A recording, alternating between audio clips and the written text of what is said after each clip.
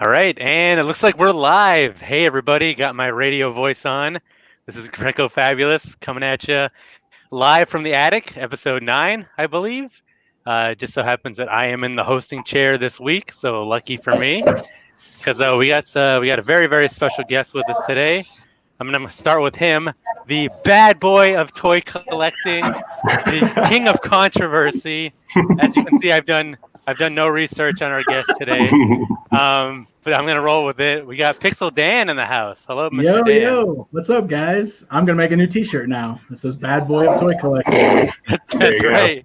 King of Controversy, Pixel Dan. You just got gripped. Yeah, we got some hot button topics, and this guy will not dance around the issues. Yeah. So definitely very excited to have you on. Thank you. Yeah, for Good sure. to be here, guys. And then alongside with me and Dan, old reliables, we got Craig from NotAnotherRetroChannel. Hello. What's up, guys? Hello. And Ed from Ed's Retro Geek Out. Good evening or good noon, everybody out there. Very, very worldwide answer. Oh yeah, Mr. Global. Keep it an international. Yeah, we have to. Awesome. So, I always keep in touch with you guys. So I just wanted to ask Dan, how you been? How you surviving these days? I'm hanging in there, man. I'm hanging in there. My wife just gave birth to our second baby almost 3 weeks ago now. So we've got a newborn in the house. And as you can imagine, with the world being as weird as it is right now, it's been kind of a strange time to also have a baby. So we've been, mostly just hanging around the house and, but it's been really cool. The family time has been awesome. The new kid is super chill. He's great. Spencer loves being a big brother. So, family answer. It's been pretty awesome. Yeah, I was gonna say, you probably could have planned that a little better. I don't know if I know, right? The pandemic section of what to expect when you're expecting. No, yeah, I forgot to look that up first. So my mistake. Awesome. And Craig and Ed, you guys pretty much the same? How you guys been? Yeah, man. Stuff is pretty much kind of back to normal here. At least people are kind of doing what they want. So it's been okay. It's been pretty good. All of our stores are open. I think the gyms are open. I think bars open like sometime this week. So yeah, it's going pretty good.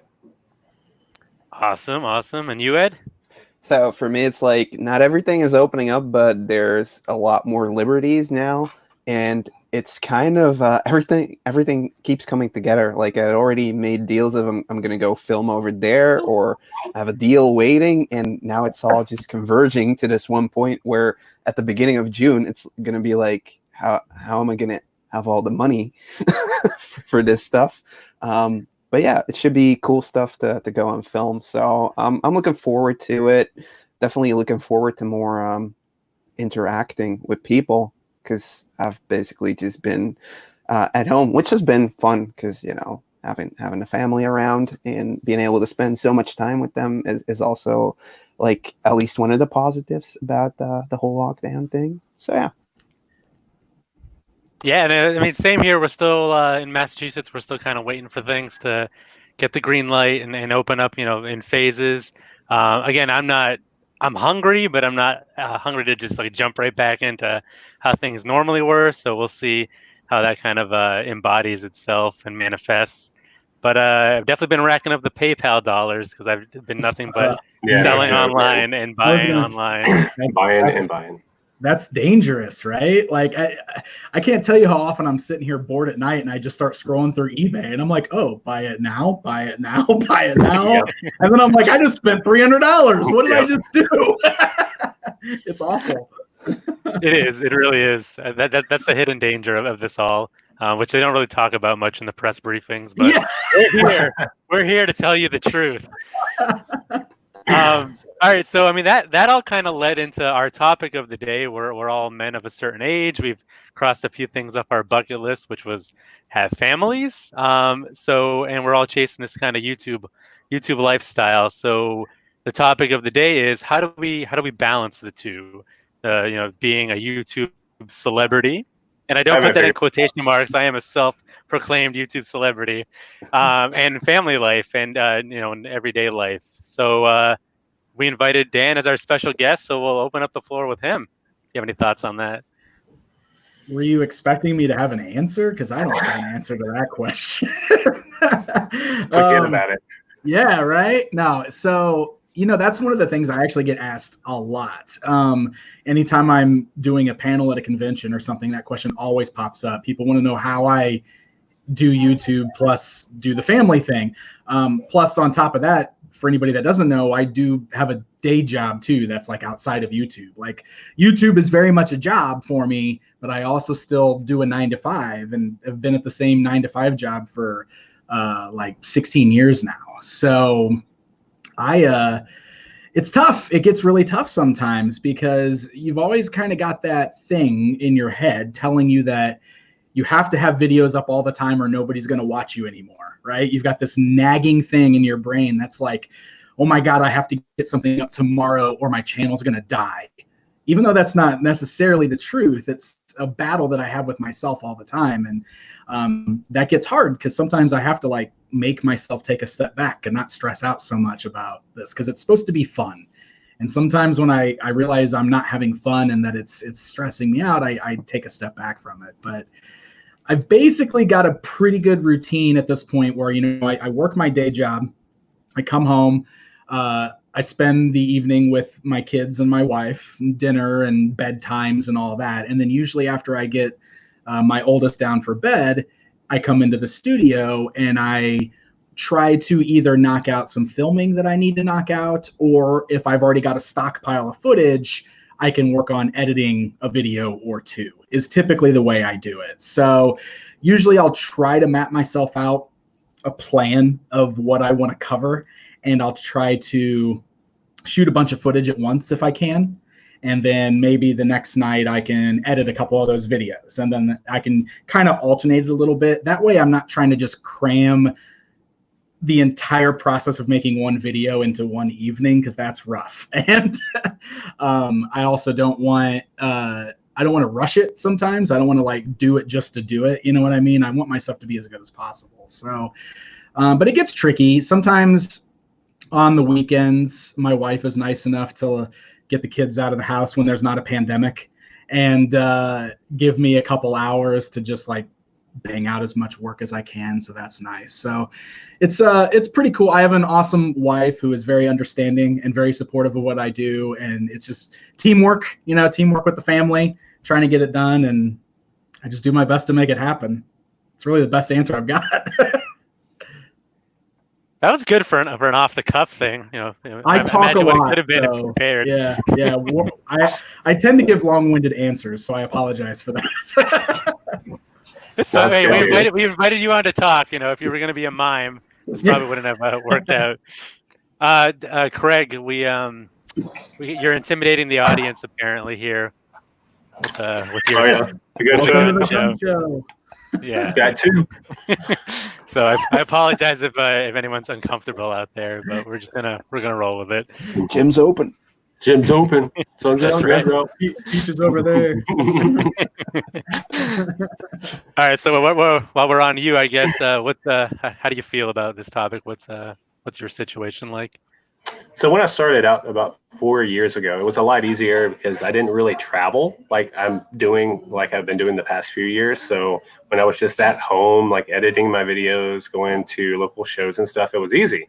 But I think 2017 was my first toy fair. Then I've been the last 4. Then after that, I kept on adding trips like PowerCon and let's see, King County was on my list this year, Ohio, Kentucky, Toylanta. So all these trips. So what I did this past year was kind of went over all these things I wanted to do whenever with the family. I'm like, okay, this school.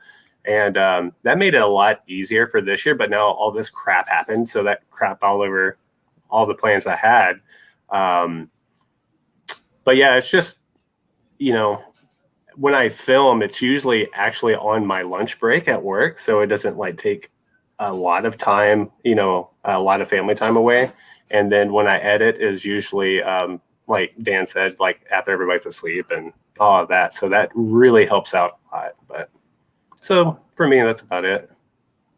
Yeah, I was going to say your style kind of lends to that, where you're not you can kind of have that be isolated time because, like you said, you're doing a lot of the live toy hunting. You're not really like it's not a staged or produced No. type of thing necessarily. So I assume it would be easier It's a to lot easier. accomplish. Save a lot of time because I mean, time is something I really don't have available to me. So the way I do things is it's fitting for me and it works. So Does that now was your did you kind of take that into mind when you did it dictate your approach to making videos, or is that what you wanted to do and it just kind of worked out? it just kind of worked out, honestly. I knew that I was never going to have like a really well, super great quality edited videos. I knew that that wasn't my style, and this was more easier. My approach. When I tell you guys like it only takes me like an hour or two to edit a video, I mean that's really all I have time for. So it fits in definitely on what I do. Yeah, it's all I have time for too, but I still struggle to do a little more than that. Yeah. All right, Ed, it's your turn to weigh in. Why don't you tell us what your life is like? Okay. Well, yeah, combining the YouTube editing and doing the promo for the videos, it does take up a lot of time actually. But I'm lucky to have been with my girlfriend for the past. How long have you been together? I don't know, like 15 or 17 years. I don't know. I thought she was in the Something like room that. with you the way you turned to the side.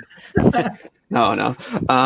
But yeah, she knows like when I was really like almost professionally into bands as a musician, it was like 100% going for that show. So she knows when I do something, it kind of takes over my life. And but she's supportive. Like she'll ask like, how's it going? How's that video doing? And like giving me pointers like, you look really stupid saying that. Stuff like that. So I never realized that was constructive criticism. I get that a lot too. When she says it's all good, but yeah, I do really appreciate it. Like she'll be helping out and thinking about stuff for the channel or for my toy room.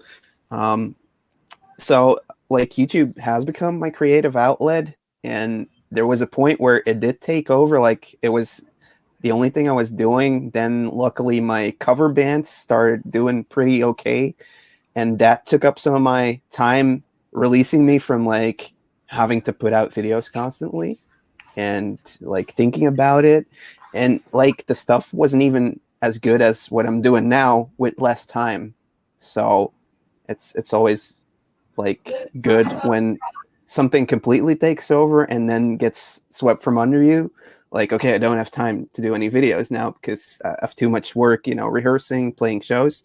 So yeah, it's been cool, like setting up goals with like a content planning and trying to stick to that while also keeping, the family thing going. Obviously, I have a full-time job during the day. Then I put my kid to bed, and usually after that, I'll like hang out with my girlfriend till about 11, and then I'll shoot my video, and then I'll like come at like 1 a.m.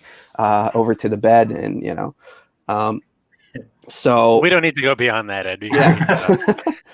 And yeah, that's the way it's kind of been right now. So I mean, it's fun. It's kind of like the beauty of YouTube that even though you set rules for yourself or goals for yourself, you don't have to keep doing them. It's not like a job with a boss. You're your own boss, and if something comes in between, like your kid fell and she's gonna have a rough night, so you want to kind of like be more prepared for that, you can put off that video and release it a couple days later.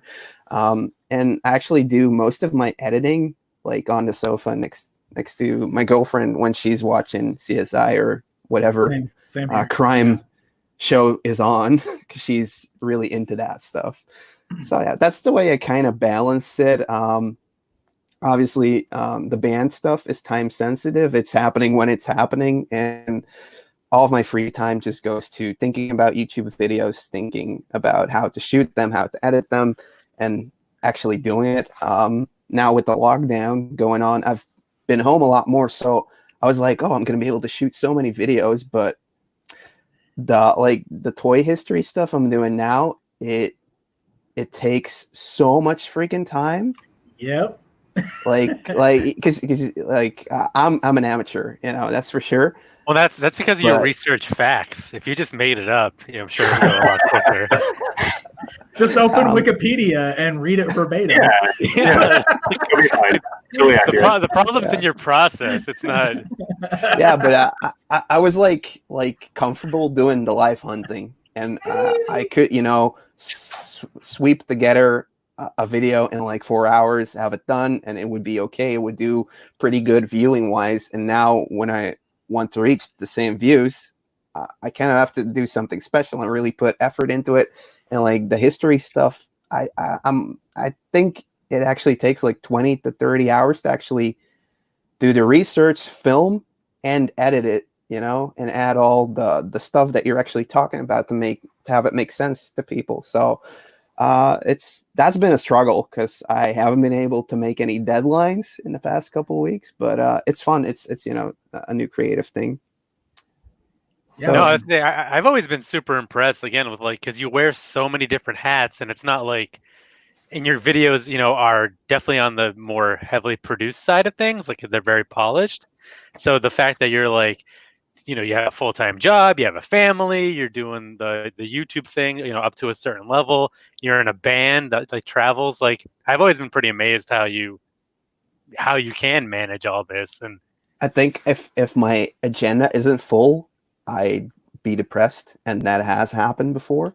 Yeah. So it's like that Henry Rollins thing where I need to know what I'll be doing when, because if there's times I don't know what I'm going to be doing, I'm going to drive myself nuts. I totally get that. Totally. If I don't have a room full of stuff in here that I know I need to shoot, I pace around the house, not knowing what to do with myself. It's super weird. It's like I just always need something to work on. I need something to do at all times. All right, guys. So if you want to push these guys over the edge, stop watching their videos. They'll stop making them, and then we'll see what happens. Or maybe you can set me free. Release us from this hell. So for me, I guess I still struggle with the whole balance thing. It's not. I mentioned it before. I wish I had some kind of template or secret sauce where I can be all right, this is when I do my my full-time paying gig. I'll come home, I'll be with this great husband and father for a few hours, tuck everybody in, then come up with this amazing content where it's just free flowing, this creative cloud I'm in is just bursting, and it's streaming from my fingertips, and I'm writing and I'm speaking eloquently and I'm editing like a mastermind. I wish it would all work out that way, but it doesn't. And sometimes you're just tired, and it's it's hard to find the motivation to be 110% in all these different roles. So it's just something that you got to take day by day, video by video. And I know you guys have mentioned that you plan your content, but for me, for example, I want to make sure that I get back on a regular cadence, just because that's what all the experts say. You got to have scheduled videos if you want to build an audience, and that's what Dan was talking about. You have that pressure to produce, and you want to make these deadlines, because that's how it's supposed to work out. And in order to do that, I have one idea in mind for my next video, but then as I'm kind of scripting it out, I'm oh, I'd rather do this. So I'm at the point now where it's there's 3 potential topics that I want to cover in my next video, and I don't know who's going to win the rat race. Yeah, I feel that. Totally come to completion, because I was oh, maybe I'll do another live hunting video since I have the back stock footage and we're in short supply. Maybe that's something people would appreciate. But then another one that's oh, I kind of I've been going through these finds recently, and I want to do this top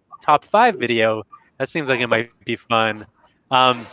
So that's always a struggle with the creative process. And then you guys mentioned Ed, oh, you'll edit next to your girlfriend, and that's you're kind of killing 2 birds with 1 stone. But sometimes, like, personally, I wonder, like, is that enough? You know, is that a relationship? You know, and I'm not like criticizing Ed by any means, but I'm like, it's like literally just being like He's like, hey, I'm shoulder sitting to by you. shoulder. Yeah, like yeah. this is I'm sitting on the exactly what couch you next want to right you. What now, else do We're you right? spending want? time together. Yeah, like I am. This is exactly what you signed up for, and you know, and my wife, like I wouldn't say she's supportive in that, like she's all like, you know, she's not watching my videos, she's not like giving me feedback. Um, so it's not a problem unless like I involve her. So as long as I kind of you know, separate those two parts of my life, everything will be hunky dory. Um, so again, it's tough. It really is. And I always wonder, and like a question I had for Dan, like was your like significant other like always supportive from like the get go, or are you at a point now where it's like I'm Pixel Dan, and it's like all right, the juice is worth the squeeze, you know? No, so she's always been supportive. We were dating when I first started doing videos on YouTube, so she's been here for the entire ride from the beginning.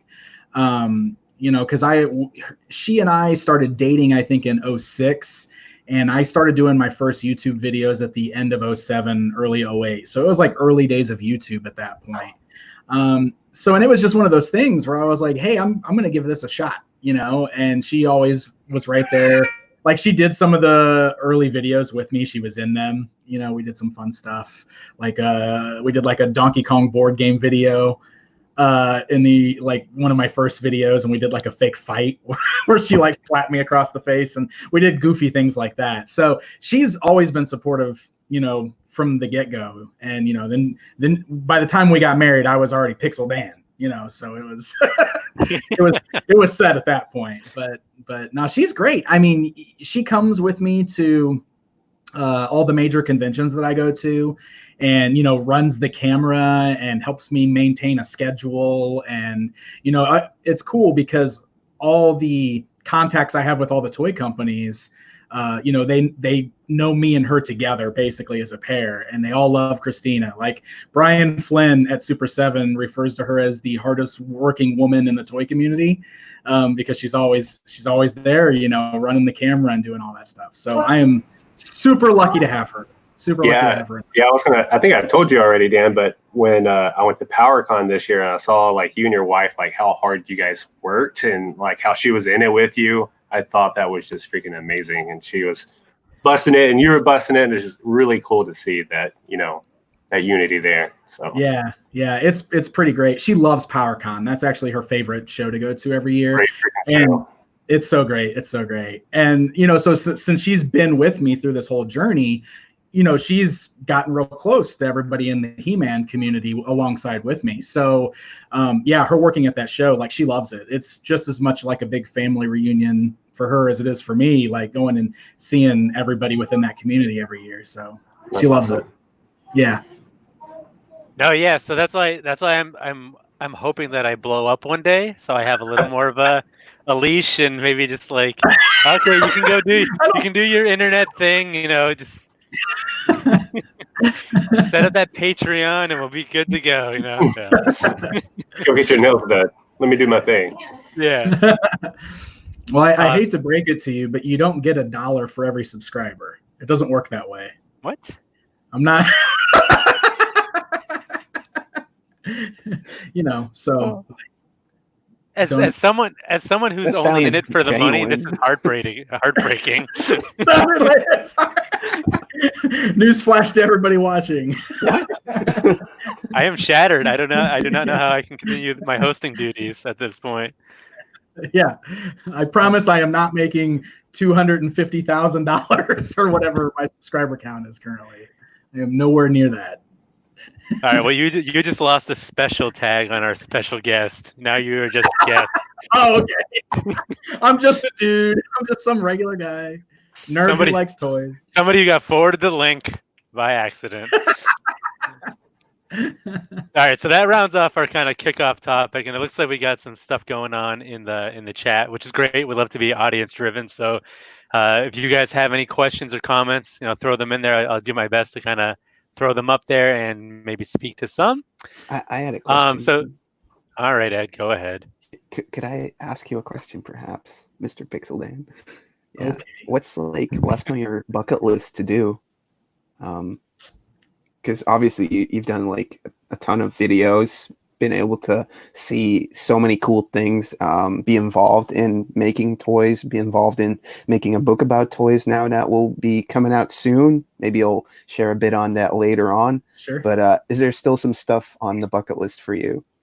That's a good question. So the book was kind of like my goal for a long time. And that's, still in process at the moment, but it's getting very close to being like a real thing that people are holding. So right now it's like, I just want that to be out. Like, that is like my thing. I can't wait for that to really be out there, be a physical thing that people are holding. It's extra special to me because even though for the past 12, 13 years, whatever, I've been working very closely alongside the Masters of the Universe brand, this is the first thing that I'm actually like, my name is officially on something, that's like an officially licensed product for the brand. So it's kind of like some validation, that feels really good, knowing that like I've got an official Masters of the Universe book that's going to be out. So at this point, like I kind of don't feel like it's real yet, because even though I'm doing all this work, and it's been 2 years now I've been working on this book, but it's so close to being released. Until that's out, I'm not going to feel like that's an accomplished goal. You know what I mean? So I'm kind of right there right now. I really have had a lot of fun doing the book, and it's funny because even though like the medium of YouTube and streaming is absolutely kind of the future, it seems like, in the way things are going, there's still something special about having your name on print media, like a book. And is this cutting out okay? Am I okay? All right. We can hear you. There's still something special about having your name on. Okay, everything disappeared on my screen, so I didn't know if everybody cut out. Yeah, there's still something special about being on print media. So I kind of want to do more. I want to do. I have at least one more book that I've already started. You got the taste preliminary for it now. work on and started. So, yeah, isn't that weird? Because it's so much work. It's so hard. Like it's seriously like it's one of the most stressful things I've ever done in my life. But like, I got done and I'm like, I can do another one of these. I could do this again. So I already, started shopping around a second book, and I've already started the preliminary work on it. And the second I am fully wrapped on this master's book, I'm diving in head first on book number 2. So awesome. I'm going to do a second book about another major toy property, and I'm just going to leave it for right now. I was hoping you would announce your candidacy on the Greco Fabulous show. You probably learned a lot, or you already knew a lot about Master of the Universe. Is there some stuff you had to uncover for the creation of this book? Like, yeah. Is that like a massive amount of stuff you found out through finding it, or was it like, no, it's okay, I already knew everything because I'm Pixeldan, I definitely did not know everything. It's one of those things, like I don't like to call myself an expert in anything. I don't like to call myself a toy expert. I'm a toy enthusiast. I love this stuff, right? So I know that there's always going to be people out there that know more about this piece than I do and that part than I do. So the cool thing about this master's book is that it was very much a community effort. Like I reached out to various people that had certain items that I knew I needed to go photograph for the book, because everything in the book is also my photography. I had some help also with photography, but it's all original photos in the book. So me and my partner Val Staples, who runs PowerCon, we flew all around. We went all around the US and up into Canada and some places to basically meet up with fans to photograph their collections. And along the way, it's like, we both, and Val's been in the game a long time for Masters, we both kept discovering new things along the way. We would find variants that we didn't know existed, weird paint variations or weird extra releases. And the differences between Snake Mountains, if they were manufactured in different years, or weird stuff like that. So it was kind of that thing where, like, along the way, you start discovering new little things, and then it's like, well, I should probably at least mention this in here somewhere. I should probably talk about this. So it's like we had to keep adjusting, our map, our roadmap, as we were going, to make sure we were including as much accurate information as possible, because we want it to be all there, as much encompassing as we can. So it was really amazing to me to, just go around and talk to all these fans who had like different focal points for their collections. Like there's the guys who are super into the 2002 era Masters, and they've got all this stuff. And then you've got the guys who only collect the super rare variants, the top toy stuff, the Leo toy stuff. And like, you get to see some of the things that they've discovered over the years. And it was like just this amazing eye-opening experience. Like it literally opened up this whole side of collecting that I had never even experienced before. It was awesome. It was so cool. So the fact that the community came together to help me make this book is so special. I think it makes it so extra special, because it was like, as I would go meet up with somebody, and they'd be like, oh, you should go talk to this person. They would send me to that person. And then that person would be like, you should go talk to this person and this person. And it was like this, I went on this crazy like spider web of, just like scavenger hunt. Yeah, just meeting all these people who kept referring me to all these different people. And it was just such a fun experience. It was so cool. Is that something that has been shown on your channel, or is this like an upcoming series of Dan creating the book? Yeah. Or did you not bring your camera along? You know what? I didn't film as much as I should have along the way, because working on the book was so exhausting. It was hard to do anything else. Because those photo shoots, man, I mean, we would do, 15-hour photo shoots sometimes. It would wipe me out. I did bring my camera along the way sometimes. I've got a couple videos I've been holding on to, because I want to wait until there's an actual release date and a pre-order link before I start throwing out some of these videos, so that way I can send people to order the book. But like me and Justice Curry filmed a video about Eternia, and so I'll be posting that at some point. I filmed a little video of me ripping open a super rare 2002 San Diego Comic-Con He-Man, because I had to photograph it loose. So I had to open it, and it was like, it's torture. And so I was like, I'm going to film this because it's going to be awesome. So like, he filmed me ripping open this figure I didn't want to open, but we had to take pictures of it. So I'll do something fun with that. So I've got a few little videos along the way. I filmed one at big She-Ra collection too. So I got a couple things I'll definitely put up as we're leading up to the actual release. The making of. Yeah, kind of a little making of. Yeah. Was there something that you were not able to capture for the book? Was there something I wasn't able to? Right. Like you couldn't find like a certain figure or playset, or did you pretty much get everything? I think we pretty much covered everything. It started getting a little tough towards the end. We started having to do call outs for specific items, because some things are so crazy rare. So you might have seen me like on Facebook or Twitter, like, here's a list. Does anybody have this? Because I literally had people mailing me things here towards the end. Like just the boxes and stuff like that? Yeah, like sometimes empty boxes. I was having people mail me their like boxes for some of their stuff, because I needed like good. It's really hard to find good quality boxes on some of the vintage toys, but I needed to have good photos for the book. And, there's some Photoshop involved in cleaning up the pictures, but we want them to be as original as we can. Right. So, some of the things that were really hard to find were some of the fantastic fashions for She-Ra. If you guys don't know, they came out with a whole bunch of like dress sets for She-Ra, and like visually blister carded, and it was harder to find the US released versions rather than the international versions, but we wanted the US releases as much as possible. We didn't want to, we only wanted to use international releases if it was our last resort, because we wanted to show all the US stuff in the book. So some of those were real hard to track down. I think there might even be one in the book that's still just going to be a international box, because we could not find anybody that had a US release version. It was so weird. Some of those later New Adventures figures are super rare.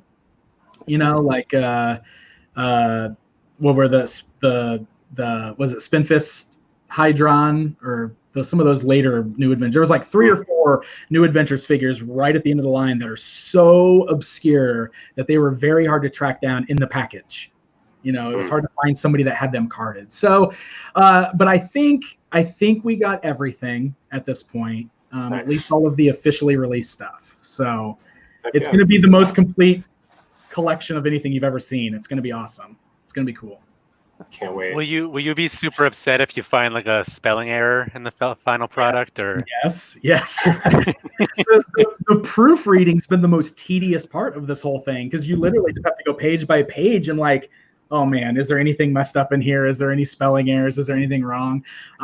There's got to be some errors. There's gonna be. I don't think there's any way to. I think there's like an expectancy for like a percentage of errors in a book that goes to publishing. You know, so I'm gonna do my best to make sure there's as little as possible. yeah, I was gonna say, even in some of the published like toy collection books, I'll look at it, and I kind of depend on it sometimes as a reference guide, especially like accessories and whatnot. And I'm like, I'm pretty sure that's not his accessory. I think it belongs to that guy. So it's a lot of information that you kind of have to, be aware of and kind of organize it. If you have the audacity to put out a book. Yeah, and that's the thing. Like, again, I'm not an expert. I'm an enthusiast. So in certain areas, I made sure to seek out people that knew more than I did about some of that stuff. Like, for the entire Princess of Power section is written by a fan and collector of Princess of Power stuff, because I felt it was more appropriate to have somebody that really knew that stuff write all of those entries. So the majority of the book is written by me, but where I needed help, I got help, because I wanted to make sure the information was as accurate as possible. Excellent. Apparently we should write books like Frosty. His book has 0 errors. So he's batting 1,000. I'm looking. That's my idol right there. Then he's my Frosty Thief. Yep. He doesn't need a village. It's just all him. All right, so let's see. Ed, you did a good job eating up some time there. I'm doing a terrible job of talking, but that's what we'll move on to something else. Let's see. I saw definitely a few questions come in here. One of them had to do with, and it was Frosty again. He says, Dan, answer us, please. Where will you put Snake Mountain? We need to know. Answer us now. The people demand answers. We need to know. Oh my God. Definitely not in this room. This is my studio, and it's already cramped in here.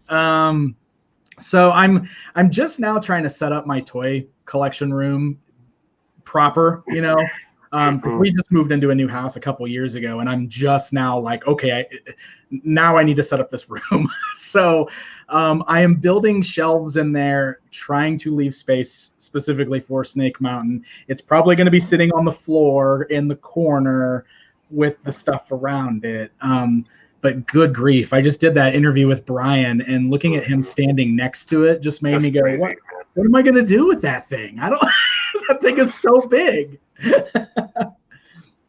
And he keeps teasing other big things coming out for Thundercats, and I'm just like, yikes, what am I going to do? Greg, are you guys planning on getting that thing, or? No. I mean, I'll want it, but I mean, if one falls in my lap somehow and it's a good price, which you're gonna feel that if it falls in your lap. Yeah, I'll get it's gonna hurt. But if I can get a good deal, maybe I want it. I think that thing's gonna be really high on the aftermarket. Yeah, kind of like the barge, maybe. Mm-hmm. Yeah, it's gonna be insanity. I'm having the same sense of like impending doom with the HasLab Unicron. I'm just like, ooh, yeah. Maybe just leave that on the porch when it gets delivered. Return to sender. Do you guys think that big newly released playsets like this, like the Snake Mountain, like the Unicron, are going to have collectors focus on, I don't have the room for this, but I want this thing, so I'm going to sell off other stuff? Because I've heard people saying, like, I'm going to get rid of my US flag if I'm buying Snake Mountain. Really? Yeah. Wow. Whoa. Yeah. So, I mean, because how much is Snake Mountain? 7, 8? 600, I think, right? Yeah. 600, I think. Depending $1. where you got it. I think from Super 7 it was at, I think Big Bad might have been a little more. Big Bad was more. I think it was like 750 or something from Big yeah. Bad. But yeah, I think it was 600 from Super 7. Yeah. But they had payment plans, so that They was did it. Yeah, that's how I did it. Yeah. Because I mean, that was really cool. They offered like a 6-month payment plan, so it was like But $100 a month. You need to put it somewhere if you're going to buy it, I think. So, yeah, I think like some people are really like negotiating in their head, like, what am I going to get rid of in order to have this come into my room and still make sense for me to have. I know my buddy who I went filming for, he has like everything MOTU Classics wise up to now. So that's the last thing coming in. Yeah. For him to have the full set, I do believe. I mean, that's basically it for me too. I mean, that's the final piece for that collection, and I've got the entire run all the way through. So it's like I can't not have Snake Mountain, right? It's the cherry on top of that entire collection. It's the final thing coming out. So of course I was gonna buy it. I don't know where I'm gonna put it yet. I mean, the box alone for that thing. What am I gonna do with the box for that? It's so big. So I don't know. Like the box for Castle Grayskull was huge. Huge too. Yeah. This one's gonna be even bigger. So I think I even maybe. And I think I got rid of the box for my Castle Grayskull. I think I hung on to it for a long time, and then when I moved, I was finally like, and I got rid of it. Just because it's so big, it takes up so much space. Y'all want to talk about some NECA TMNT? Yeah, I like turtles. Yeah, so I saw your interview with Randy, and what did you say? Like 40 plus figures like coming our way, basically. I mean, that's in the pipeline. Yeah, That's crazy. They're going all in on turtles. It's amazing to see what they're producing. And then the stuff he was talking about too, because he also teased a bunch of big things that they're working on for turtles. Diorama and a party wagon.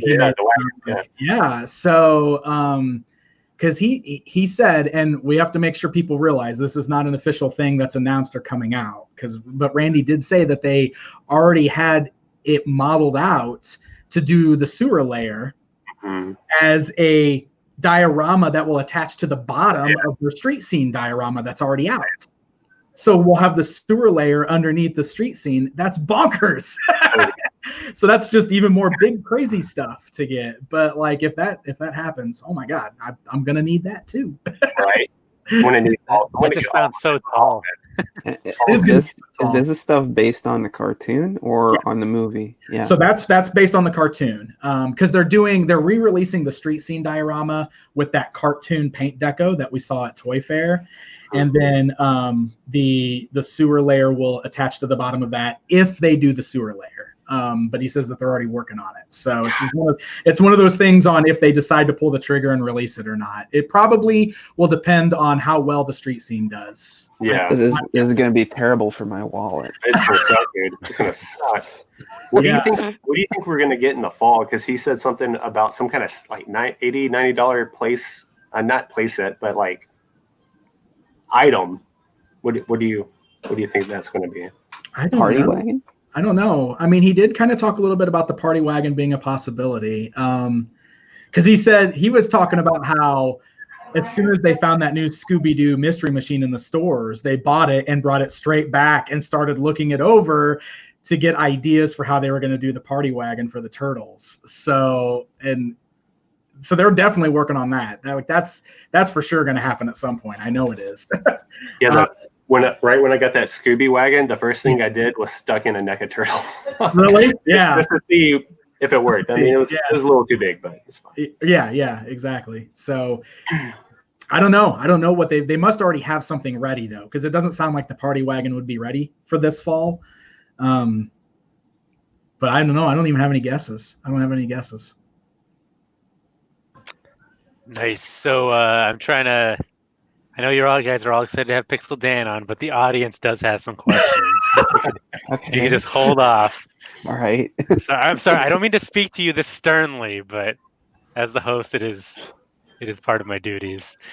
Tarf wants to know Well, I guess he has a request of those in the audience. They should pick one item from Pixel Dan's background they want, and he called dibs on Turbo Man. You can't. No, that's my Turbo Man. Yeah, leave Dan's stuff alone. Put that cookie down. No. Let's see here. What else? I know there was other questions. Ed, did you just get a Turbo Man, or was that something you missed out on? I missed out on it. You don't have to mention it each time on the stream. Well, I just did. So. Mine's missing a bunch though. Mine doesn't have the visor or any of the weapons. But I found that I got that like super cheap. It was like a thrift store find that a friend of mine found at a thrift store, and he was like, "I've already got one, so I'll sell you this one." So I was like, "Well, I just want a Turbo Man, so I'll take it." So, awesome. Yeah, but he's missing all his accessories, but at least he's there. At least he's there. You can upgrade, when you find the next one. So I mean, that's the fun about collecting. Exactly. The only fun thing about collecting is the reselling. So don't let these other guys romanticize about it and talk about nostalgia. Justin Mohan says, Pixel Dan, could you do an interview with Mondo for their TMNT, MOTU, and Batman 1/6 and get an interview with Jim Fletcher immediately? Just right now. Right now. I'll get them on the. Hold on. Moving out his black book.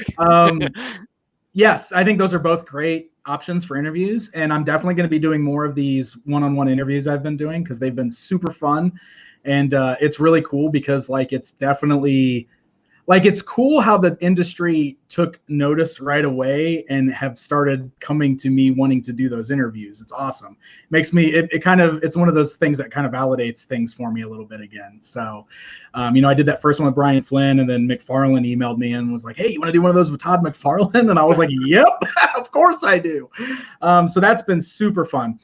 Interviewing Brock from Mondo is a great idea, so maybe I will reach out to Brock. I would love to interview Jim Fletcher, and he's already been on my list of people to contact. The deal is with that's Warner Brothers, and they're already I don't know if Craig can attest, but at Toy Fair, they've got PR out the wazoo at the DC Direct booth, and anytime I'm interviewing Jim, the PR lady is right there. And anytime Jim says something crazy, she's always like, no, Jim, no. She's trying to rein Jim in because he's bonkers and he's hilarious. He's hilarious. So it'd be one of those things where Warner Brothers would have to be okay with it, and I'm willing to bet it would have to go through PR and get approved. So I'm still going to try, though. I think that would be good to talk to Jim. So I'm definitely going to reach out. I was also going to try to reach out to Zach at Diamond and do one with him. And I have already reached out to Mattel, and Mattel's interested, but it's the same kind of deal with them. Since they're a big company, it's going to have to go through a lot of PR kind of approvals, but they're interested. So we should be doing something for Origins here pretty soon. So yeah, if you want to talk to Barbie, those are coming. And those are great suggestions. All right, so I don't remember. I don't remember what I said here, but no, I did not kill my girlfriend. I have a wife, so I guess that's the potential is there, but it's not. I don't have a girlfriend. I don't remember everything I said, but I just want to clear the air there, just in case. Here's a question for everybody. If you have an answer, is what's the difference between a geek and a nerd? I'm asking for a friend. Does anyone have any clever answers for that? I don't know. I'm both of those things, I think. Are they different? Yeah, I don't know. Neither one of those terms bother me, if that's what you're getting at. I don't mind being called a nerd or a geek when it comes to this stuff. I mean, it is what it is. Oh, you offended Craig. He left He's the out. stream. He's out. He can't handle it. Come on, Frosty. Why'd you have to do that? Damn, man. Damn. All right. Well, we wait for. Yeah. Do you want to fill Craig's time slot here? I think there isn't really a difference between that. I mean, it's just synonyms. You got dweebs as well, freaks, whatever. Dweebs, freaks. There you go. And what was that board game you found again? I was just gonna mention that. Yeah, we found when we were in Texas and we went to a yard sale. It was like Freaks, Geeks, and Dweebs. And it was like a board game from the '80s. We were supposed to arrange like a family game night around it, but it never came to fruition. And I actually left it at Craig's house because I was like, I don't want to actually bring this back with me on the airplane. I'm just gonna like leave it in your garage, and maybe you'll stumble upon it one day. That's So funny. I don't know how he feels about that. If you were on the stream, we could ask him directly, but yeah, he apparently. I think about the names geeks and nerds. I think it used to be a lot more insulting to people. Now it's more like, yeah, I identify with geek culture. So yeah, it's become the new cool with the Big Bang Theory and all. I guess. Yeah. Geek culture is kind of like, that's the term, right? That's what I feel like that's what our genre is referred to a lot, is geek culture. So I'm cool with that. Yeah, I mean, it's I'm multitasking here, but trying to get Ed back in. But yeah, I mean, it's definitely not a derogatory term anymore. What did I say? Oh, hold on, here he is. Yay! Oh, you switched everything up. Now I'm here. Yeah, but now you're in the bottom left, and that's where Pixel Dan was. So it throws everything off. I can't manage. I'm Pixel Narc. Pixel Narc. Yeah, we've done some weird like crossbreeding. It's just Not another Dan. Not another Dan channel. Not another Dan. No, I'm that actually works. There's a lot of Dans. There is a lot of Dans. Not another Dan. I assure you, this is just not your grandfather's Dan show. So do we have some more questions? I'm sure we do. Semantics and connotations. I'm trying to compose myself after that disaster that was getting Craig back into the show. Let's see here. We had Laura Legends dropping. That was a really good question too. Yeah. And thanks so much for promoting the stream through your channel. Thank you. That was amazing. Thank you. Did you say she had a question, or? Yeah. It's about which playset would you like to live in if it were life size? Ooh. There we go. Oh, there we go. I found it. Look at me. I've redeemed myself. Yay. Hostess with the mostess. All right. Well, I need to ponder this. So if anybody has an answer. I kind of want to live in the Ghostbusters firehouse just so I can spin on that pole. I just want to spin on that pole and write it down. I think I would live in the set that up. In the Ewok playset just so I can hang out with a bunch of Ewoks every day and live in a tree. Have some fires. It'd be good.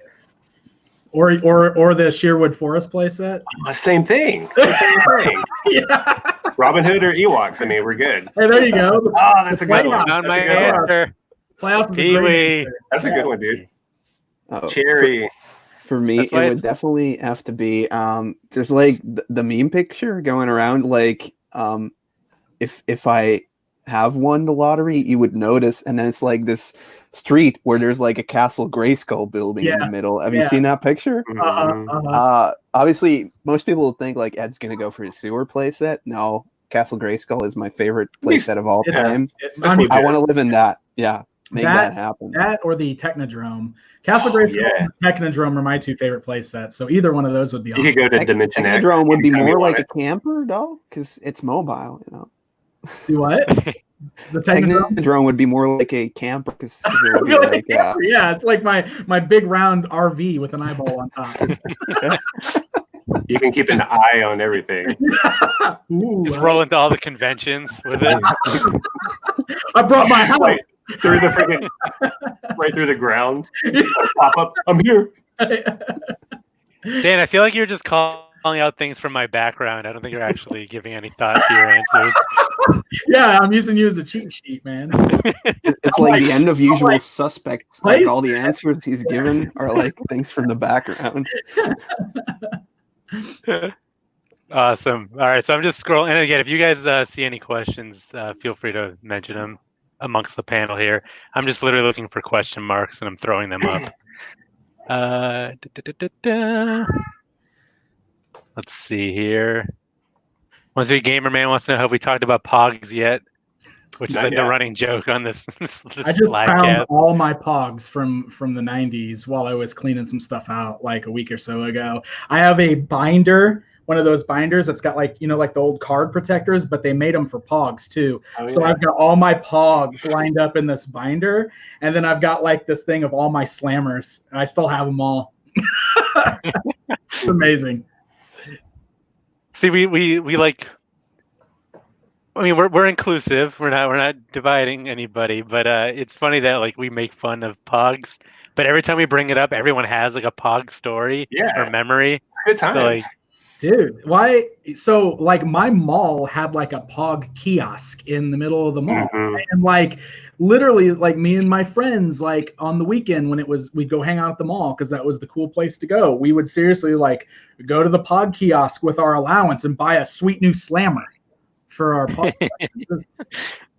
It was a thing, man. It was a thing. Also, what was the obsession with 8 balls in Pogs? You notice that? Have you guys ever seen, like, there's so many, at least maybe in my collection, I have so many Pogs that have like 8 balls on it, like the pool? like a pool ball. Maybe it was just like the cool thing at the time. And Must have been. I don't know. It's super weird. Like that or the yin yang. I remember those. Yin yang, yeah, that yin yang was big. on everything too. That was a pretty hot one. Yep. Hey, did you have any European variants? Well, Pog-wise? I had to go clean up my parents' attic. Like sift through all the toys. I found like my sleeping bag, TMNT one. Woo, Again. sweet. Nice. So that's cool. And I found my Pogs. So I'll be popping that up on Instagram one of these days because, well, they're kind of like European Pogs. I'm not sure if it's the same thing. So Are they square y'all can instead of tell round? me, Square. They're square, yeah. They don't roll. That's the big differences between the parts of the world. Yeah. Someday But we'll yeah, overcome. I found them and it was like, okay, I have to like take this now because everybody's talking about Pogs on the stream all the time. So Yeah, I have to go take a picture of mine now too. you made me do this. Did you film an episode of Attic Invaders when you were up there? Oh yeah. No, Should have. no. Of course. No. Why would you? I think they do that in an That's our attic. gravy train, man. Come on. People want the attic invading. All right, so I got a couple demands from the audience here. They want, when is the Fabulous Life of Greco book releasing? And well, I mean, that story is still being told, so it's kind of like a running diary. Greco should make a coffee table book with big pictures of him screaming at us and his family. Maybe 1 or 2 Transformers pictures. So I definitely have an audience, and I'm very appreciative of it. All right. What else do we got here? I didn't read this, but what does it say? What toy that is a U exclusive do you wish was easier to get in the US or other way around for Ed? So I don't know if you guys have anything off the top of the dome that you want to... Yeah. All the NECA stuff, all the Super 7 stuff, all the anything. Everything we've talked about today. You guys pick it up at Walmart for like $5, and I have to pay $30 or $60 for like a freaking re-release Transformer. Yeah. It's a shame.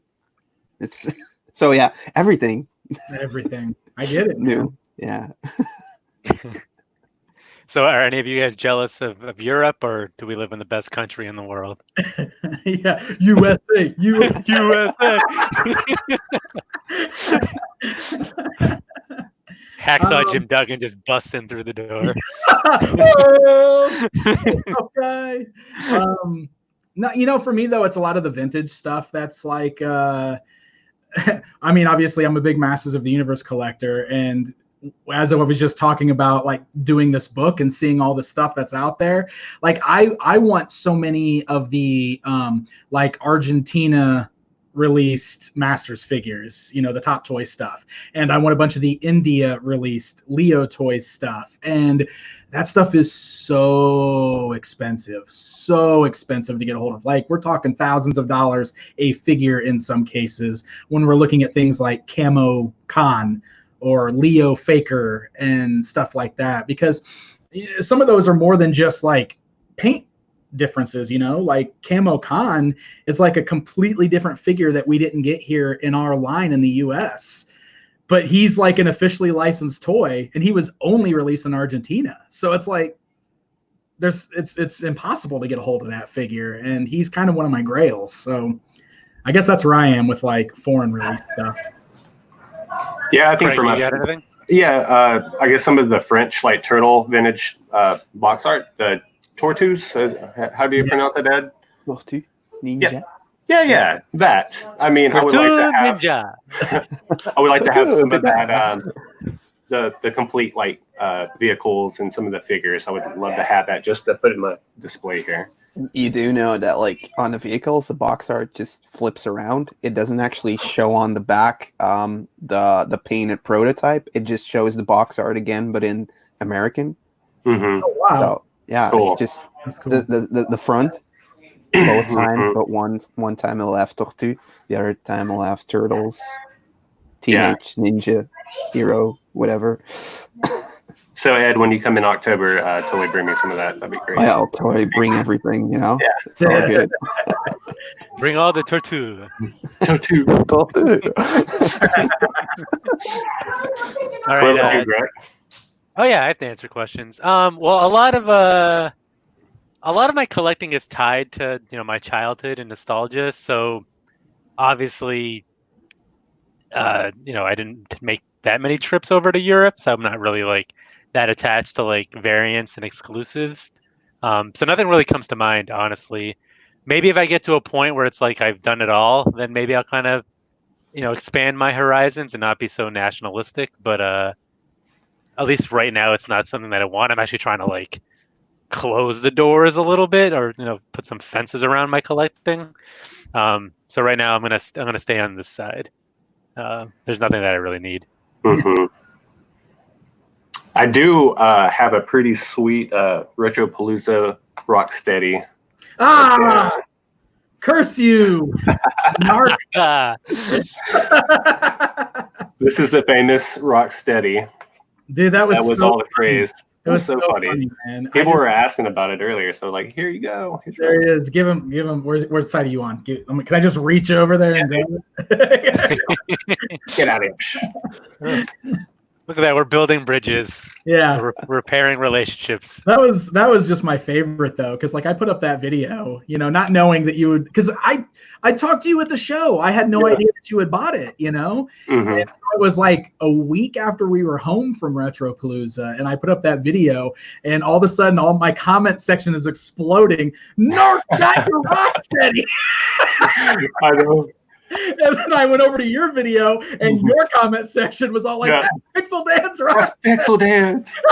You bastard. I'm like, what? What did I do? It was amazing. I was like, hey, look at that. It was funny. We got an accidental crossover. I like it. A little multiverse bridging. Yeah, that was cool.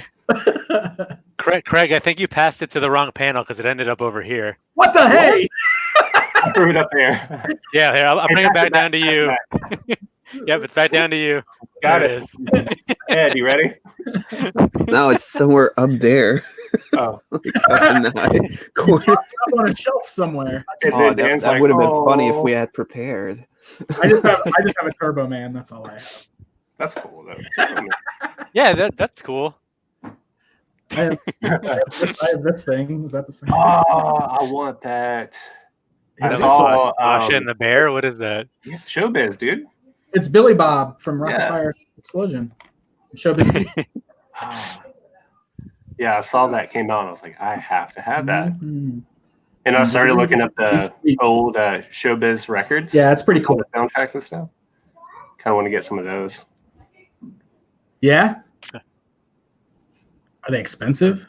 Yeah, dude, they're like $30-$40 a piece. What are my top favorite turtles? Yeah. That would be cool. That'd be cool though. I love Showbiz Pizza. Mm-hmm. All right, TXVG Collector wants to know. Dan, what are your top favorite figures? Top favorite figures, just like together, I guess. Okay, let's see.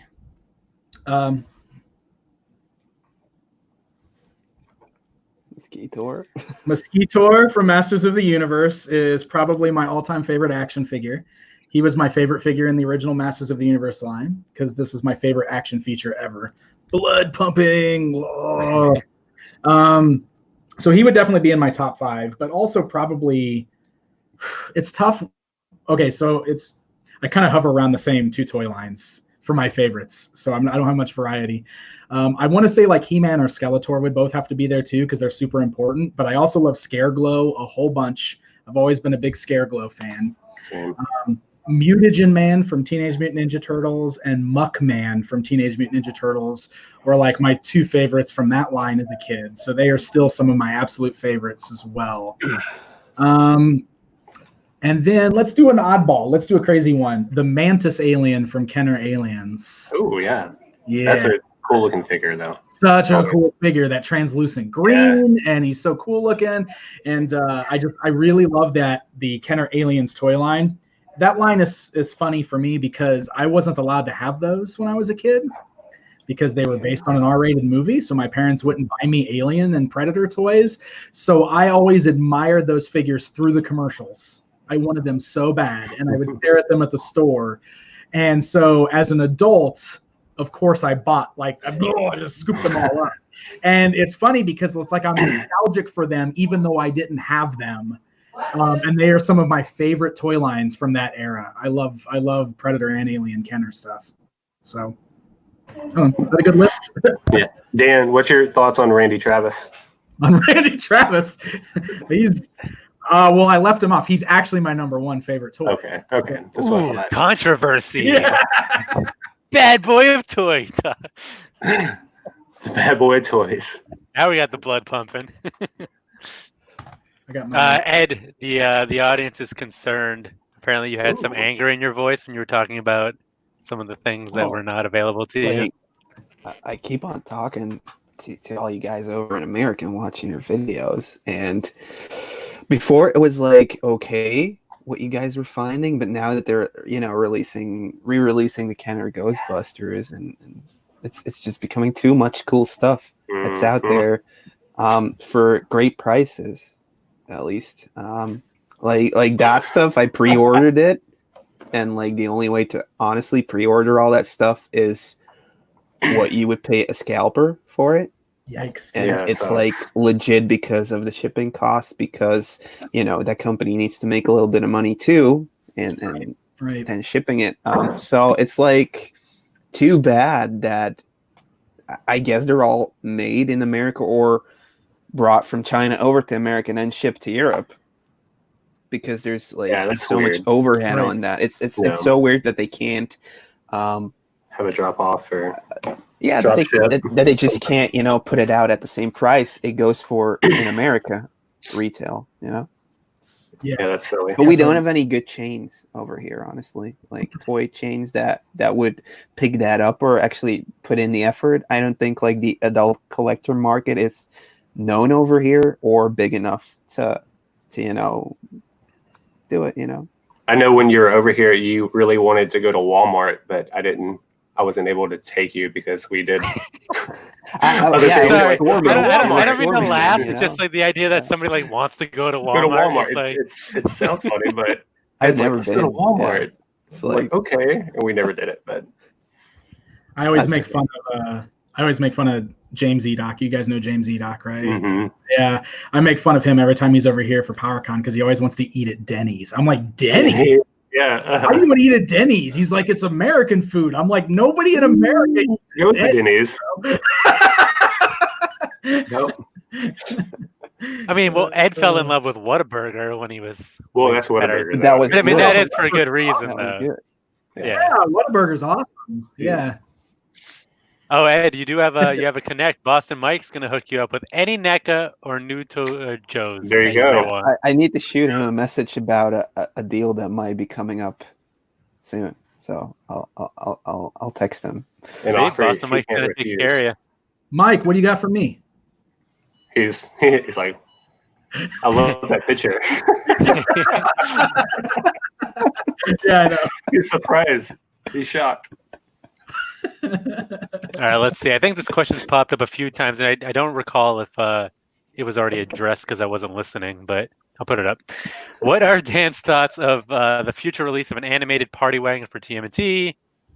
Blah blah blah. So Yeah, we talked about that earlier. Mhm. Yeah, Okay. yeah. I thought I'm you might excited. have, but I'm excited. Well, it almost sounds like we're going to get two different party wagons. It sounds like we're going to get that one from NECA, and we might possibly get one from Super 7. So, because Brian also hinted at big items for both Thundercats and Turtles. So I have a feeling that's what they might be doing. very, very nice. Sorry to make you repeat yourself. No, it's okay. If the calendar landed on any of these other guys' channels, I think things would be going a lot better right now. But I drew the short straw. Totally fine. All right, let's see. Ruby just asked, what's the best collection ever? And he's voting Talker Art, who I am not familiar with. Freaking amazing collection. That So dude's apparently I'm missing out. check him out, man. He has sweet. He has like his office in the middle of a room, and there's one set of glass cases going around that filled with just loose toys, and then around that is another one filled with loose toys. So it is pretty impressive. Yeah, but it's I like more having some box art and some dioramas in there too, but it is pretty darn impressive to see that one for sure. Yeah, I think he's out of Vegas. Cool. But what is the best collection ever? I mean, Ed, you're doing your Behind the Collector series. Yeah, so I don't think I've touched like there's a guy we have to go meet in Holland that is going to be insane when we do. I think you know him. Dan, you've been in touch with him for the book. So I think that is going to blow my mind. For now, it's going to have to be Stockman's collection. That he's working on the second basement now, and he's already bought so much new stuff, completing just the whole turtle line. It's insane. So I'm going to have to say that for now. So, but apart from that, I mean, just the Scurry's collection is pretty sweet as well. But he did already sell off some stuff. We heard a couple former panelists. Yeah. I've seen his collection in person. I did a video on his collection actually. That was one of the things I filmed while I was there working on stuff for the book, because I liked the way that was one of my favorite things actually, is seeing how everybody displayed their stuff, because everybody's house I went to just had a different way that they displayed their collection. I really like that. I think that's awesome. Yeah, I mean, I really, even though I've been kind of leaning, or I've been fortunate enough to find a lot of boxed items in my collection, I do love when people set up almost like store displays, or they bring the product catalogs to life. It's just awesome. I think I would love to be able to do that someday. My friend Brandon has a section in his collection that he calls his retail wall. And he got one of those metal racks that he's got the hooks hanging off of it at a store, and all of his carded figures are just on the pegs like they would be at a store, and that's just how he displays his carded collection. And I love that. I just think that's so cool, just to see all these figures hanging on the pegs like they would be in a store. I think it's cool. Oh, absolutely. All right, let's see here. Apparently, I keep seeing things. I don't know. I know we're bringing in a whole new audience that might not be aware of me, but don't take everything I say so literally. Not at all. Mostly nothing. Yeah, just pretty much just tune out everything I say, and you're probably better off for that. Yeah. So it looks like a couple people got wrecked by some of my comments. Quite a few. That was funny. This is a Turbo Man comment. Arnold should have just gone to the thrift store instead of through all that hassle. Probably would have saved a lot of time. Yeah, if he just waited for it to show up at Marshall's or something. Let's see, which one would you guys? Oh no, we already did that. The guy. No, I was confused. No. I was reading your response, Ed, and I was like, "Oh, Ed had." Oh wait, he's in the panel. What? The guy has a good question. The guy has a good question. All right. I'm backtracking, but where's the guy? It's down. It says the guy. Yeah, there we go. The guy. All right, the guy. Found him. I was looking at someone else. I didn't know the guy. The guy. The answer is What slime is the best? Nickelodeon slime, ectoplasm, or MOTU slime? MOTU slime, aka Mattel slime. That's always been my favorite. I had the ectoplasm also, and I've always had arguments because people tell me all the time that they think the Ghostbuster slime was the best, and maybe, but I have always loved Mattel's slime, and they were kind of like the original slime company. They were the ones that called it slime at first, and they've been producing that stuff since like the 70s, and they kept finding different ways to like bring their slime back out, and including it with things like Masters of the Universe and stuff like that. But theirs is so runny, and it's got a little rockiness to it, but it's real runny, which is why it works so good with things like the slime pit, the way it really drips out of there. Yeah. Nice and slow, and it coats over the figures, and it's so satisfying. And it's hard to find slime on store shelves now that works the way that slime did, because most slimes are so clumpy and solid. They don't run the way the Mattel slime did. So that's my favorite. Do you guys have any thoughts? How does like the ooze, like the TMNT ooze, compare to that? That's another good one. I don't remember specifically also with that, like how well it ran. So here's the Mattel slime still sneaks out every now and then. And I wouldn't be surprised if they're still using the exact same recipe as they always have. They put it out with the Ghostbusters stuff recently, like couple years ago for the new Ghostbusters movie that was out, that whole line. They had some slime in that line, and it worked just like the old stuff, because I bought a bunch of that up just to use it for my slime pit and stuff for some videos. And then for the Mega Constructs line, which is Mattel, they've been having those breakout beasts, the eggs with the dragons inside. It's filled with slime. It's Mattel slime. It's Mattel slime in there. It's real runny and everything. So it's like you can still find that every now and then. I don't understand why they don't just can it and sell it. And I've been pushing them with Masters Origins coming out. I was like, you guys have to sell cans of slime for these new figures. Like, that would be sick, man. Yeah, you have to do it. Like, especially since slime is like on this second wave of popularity right now with kids. Like, slime in the stores. I don't know. So I don't know specifically how it compares directly to the turtle stuff, because I don't remember. I had a bunch of that as a kid though too. I love the purple. The red and the purple stuff. I loved it. I had like one, but it didn't last like a month or anything. And then I got like slimy slime, which came like the little ghost. Okay. And you had variants in that. You had translucent ones, which worked like really well, flowing through the sewer play set. Yeah. And stuff like that. But it also had like this thick green one, which was way more like Play-Doh. So it kind of varied. Yeah. But yeah. I actually played with more of the Ghostbuster slime than Turtles or MOTU, but I enjoyed it. So I don't really have an opinion other than that. Yeah, Ghostbuster slime's good. Is Gak and Nickelodeon slime the same thing, or were those two separate? They're different. They were both You know what's funny is Mattel produced the original Gak, the Nickelodeon Gak, but Gak is more like a putty. It's like got a slimy texture to it, but it's like a putty. It's clumpy, it sticks together, and its whole thing is it makes that fart noise when you squish it. And then that's why I liked it. Yeah, okay, and then the slime is more runny and more stringy. So.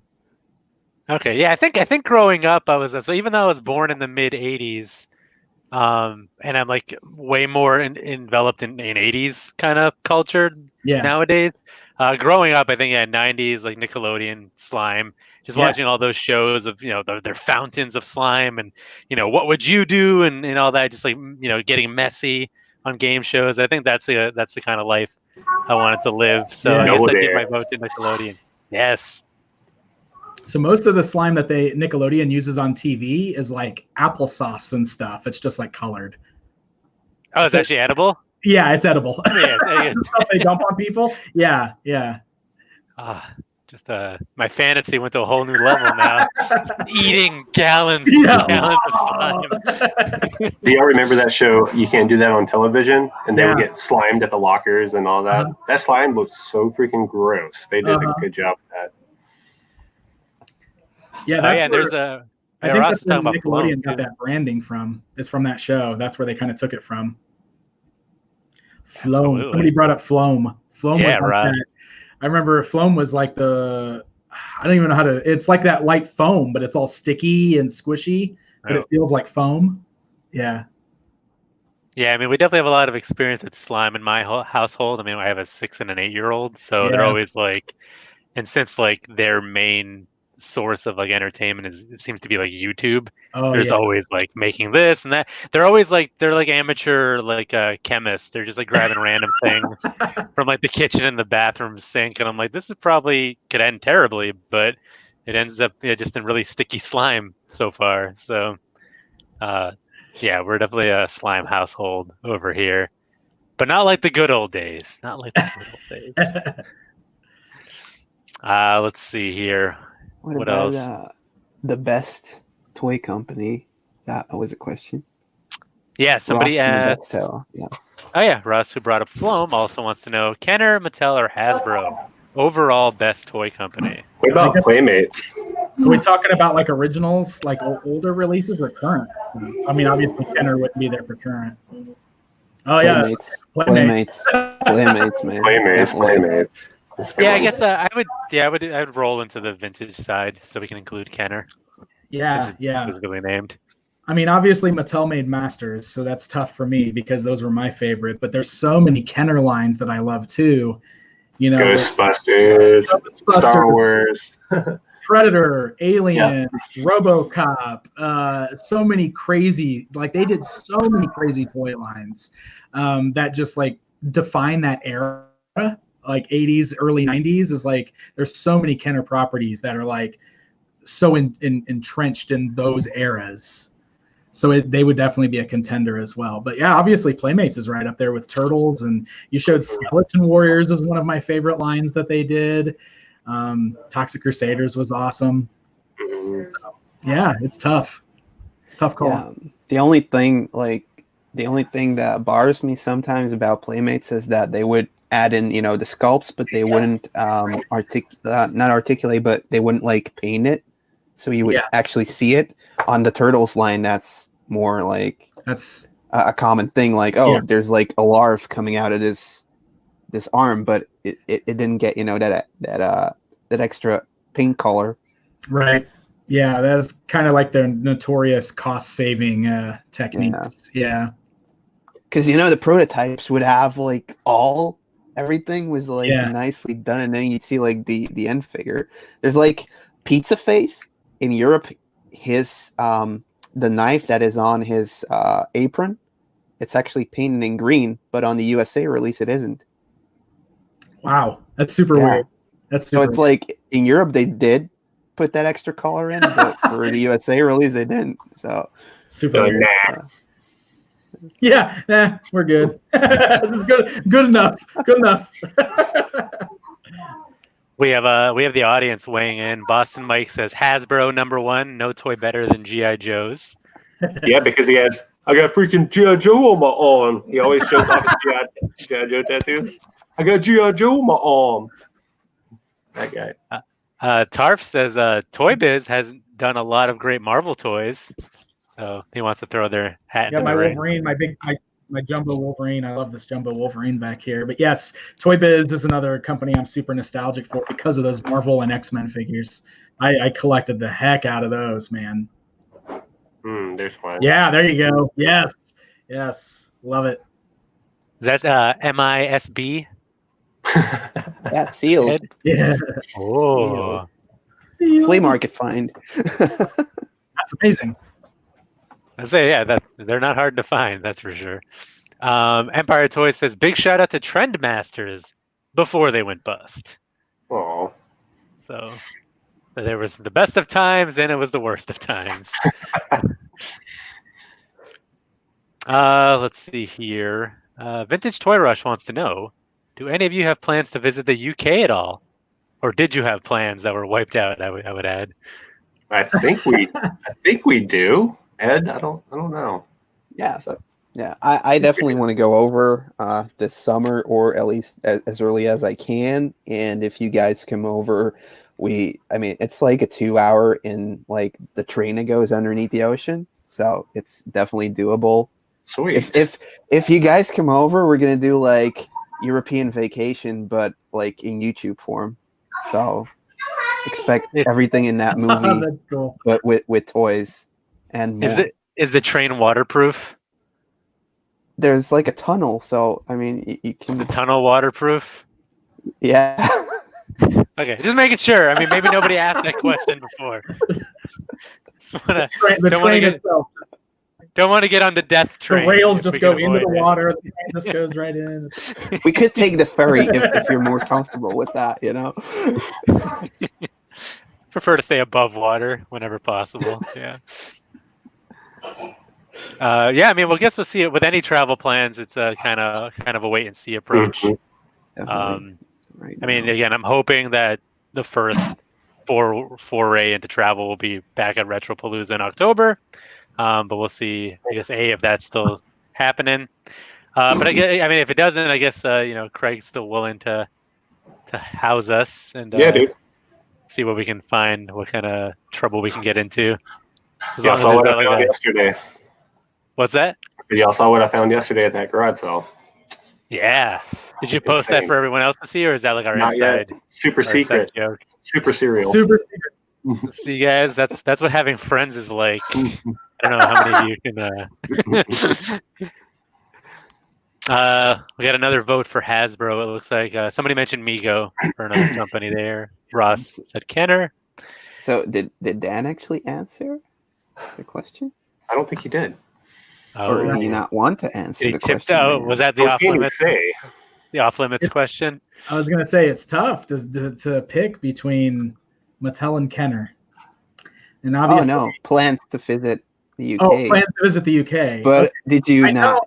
I don't have any plans to visit the UK currently. I don't know. Is your passport up to date? No, it expired right before the pandemic, so I have to get a new one whenever they start allowing it again. So yeah, it's crazy. It was bad timing. My driver's license expired and my passport expired right before the world fell into chaos. That so sucks. Yeah, man. At least I was able to mail in for a new driver's license. Yeah. I didn't go anywhere, but didn't have to stand in line. Yeah, exactly. Very, very cool. I'm going to keep going, but I know we're kind of inching around that hour and a half mark where we usually like to cut these things off before it becomes too dry. So if you guys on the panel see any questions, that would make a great last question, and definitely let me know. This has come up before, but since we have Dan on the panel, Bobby Sue wants to know, do you guys have any side collections that aren't toys but still in the culture? Video games? I collect video games. I have a bunch of retro games and gaming systems. So I think that's probably the closest to that I collect. And I don't know, guys, if you were on to repeat your answers, or did you come up with something new on your end? For me, I think I said it last week. I think I'm gonna start collecting vintage beer neon lights, just because I think they're cool, and I kind of want to set up a little mini bar in my garage, so that would pop in there. So we'll see what happens with that. I don't know.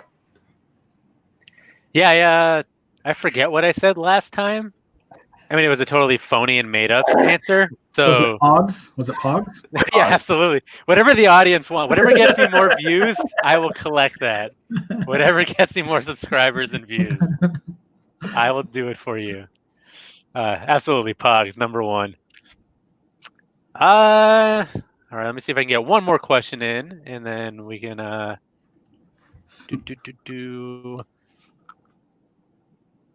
guess Empire here, it kind of goes along with UK. I know you didn't have any plans, but are there any international toy events that you would like to cover in the future, Dan? Or is it all happening in the USA? Like toys being put out in stores for like prices that are reasonable. So any like toy events outside of the U.S.?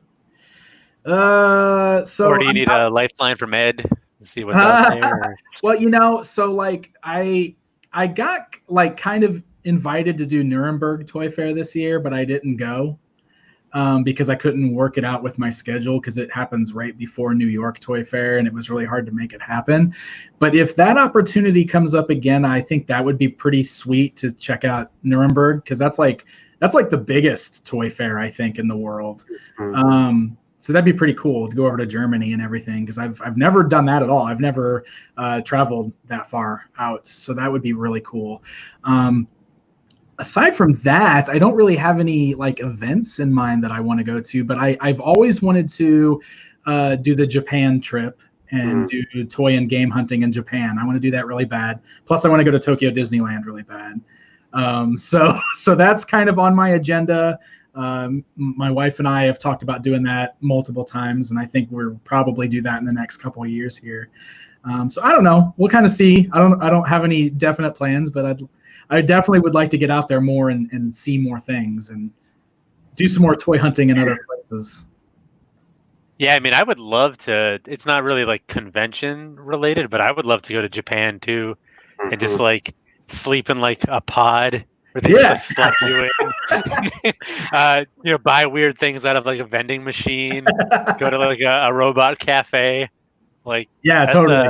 Yeah, Cool. that's definitely bucket list material for me. I was gonna go last year to go tour with a band that I was filling in on guitar for, and then at the last minute, the guy was like, "Oh, I can actually do the tour."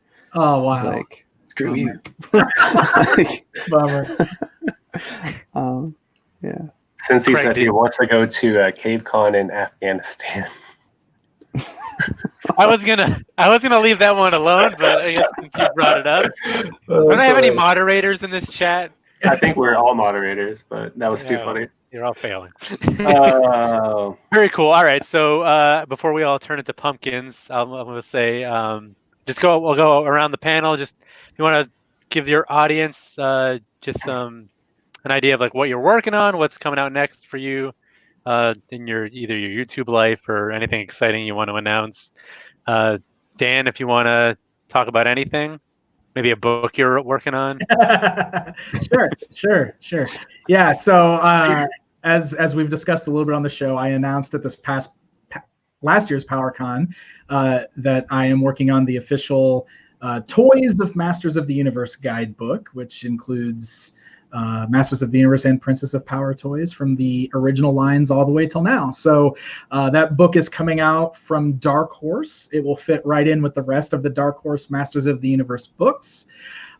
Right now, the release date is set for winter, but don't hold me to that, because with the world being the way it is right now, I think things have really slowed down, and I have not been given any sort of inkling on when the pre-orders are going to start. But as soon as those pre-orders start, I will not shut up about it, so you guys will know.